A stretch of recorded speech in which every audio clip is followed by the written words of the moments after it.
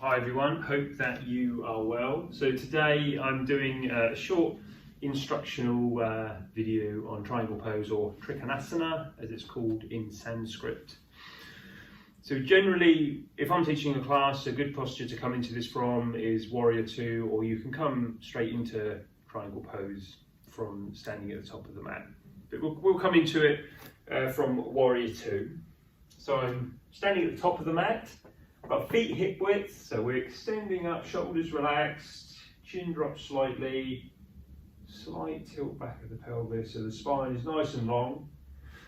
And then from here I'm going to stride back with the right foot to Warrior Two. So as I step back, turning the right foot out, and I've got the right arm behind, left arm in front.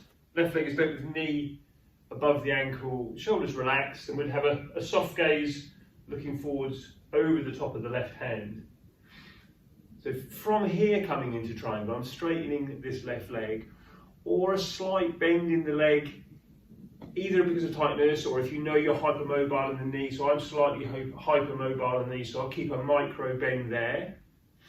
So I've straightened that leg or slight bend, reaching forwards through the left fingertips. I'm creating length or maintaining the length up the side of the body.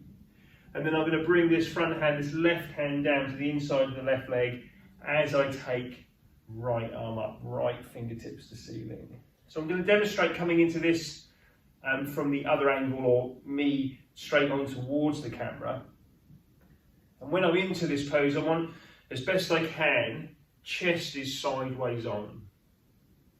So one of the my observations of people coming into Warrior Two in the class is they'll think the objective is about getting that hand down onto the mat. So, and I'll demonstrate this again, looking the other way. So if I do that, I'll reach down a bit further. This right arm is coming forward, shoulders coming out of alignment. And often what happens quite a lot is this back hip pops round, and we almost end up like in a Warrior Two position with the hips, the chest facing forwards. So you're not going to do yourself an injury with the hips coming round, or this right arm, shoulder coming out of alignment. You're just not getting the most out of the posture. So when you're coming into this position, it is quite difficult to see, well, is my right shoulder coming round? Is my chest not so much side on as it was right at the start? So a good way of checking that for yourself is having back against the wall. So I'm going to start off, so I've got my toes pointing towards the camera, or toes pointing into the room, so I'm going to turn that left foot out, and keep this left leg straight, and I'll come into triangle pose from here. So I've got my back against the wall, and I'm going to raise the arms up, and I'm going to reach forward, so back still against the wall, bringing that left hand down, raising the right arm up. And I'm just bringing that right arm back, so I know if I get the hand on the wall, then I've probably got chest in this sideways position. So I'm not coming down as low as I was the first time. So if I do start to come down, I'm reaching down, I'm being aware of this arm, this shoulder blade on the wall. And there it starts to come away from there. So it's somewhere around this position is kind of my threshold for coming into that posture.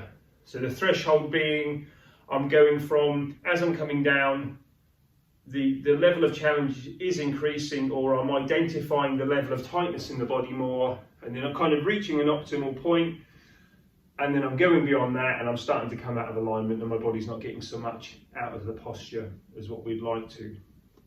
So having the back against the wall and then coming down is just a good way as a bit of a check to know what it feels like, what the chest positioning is when maybe the arm or the shoulder starts to come away.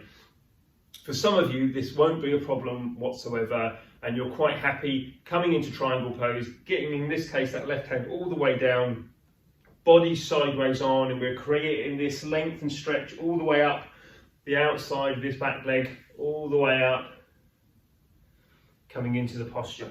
So I'm just going to demonstrate that standing onto camera. Well, I'll come into it first anyway. We'll come into it on the slipping mat with the left foot this time. So I'm at the top of the mat. Sorry, I'm cutting my head off. It will reappear in a moment. So I'm going to step back with the left foot, turning that left foot out, left arm behind, You probably can't see from here, the right leg is bent knee above the ankle in Warrior Two, looking forwards over the top of the right hand. And then I'm going to straighten that right leg or keep a slight bend. Reach forwards through the right fingertips, keeping the length. Back of the right hand down, left fingertips to ceiling. Reaching up towards the ceiling. If you can, I forgot to mention earlier, if you can, we're looking up towards the top hand. So in this case, my left hand. So I'm doing my best to keep my body sideways on. I'll come back up. I'm coming back up to Warrior Two. And I'll just make an example of a game where, as you're coming into it, this back shoulder, the hip might come round. So I'm going to straighten that right leg again, reach forwards, back of the right hand down. So I'm going to take it down a bit lower. So I'm getting the fingertips on the ground, and I'll just exaggerate. So if you're looking at this, you'll see the left hip pop round and left arm. And then coming back up.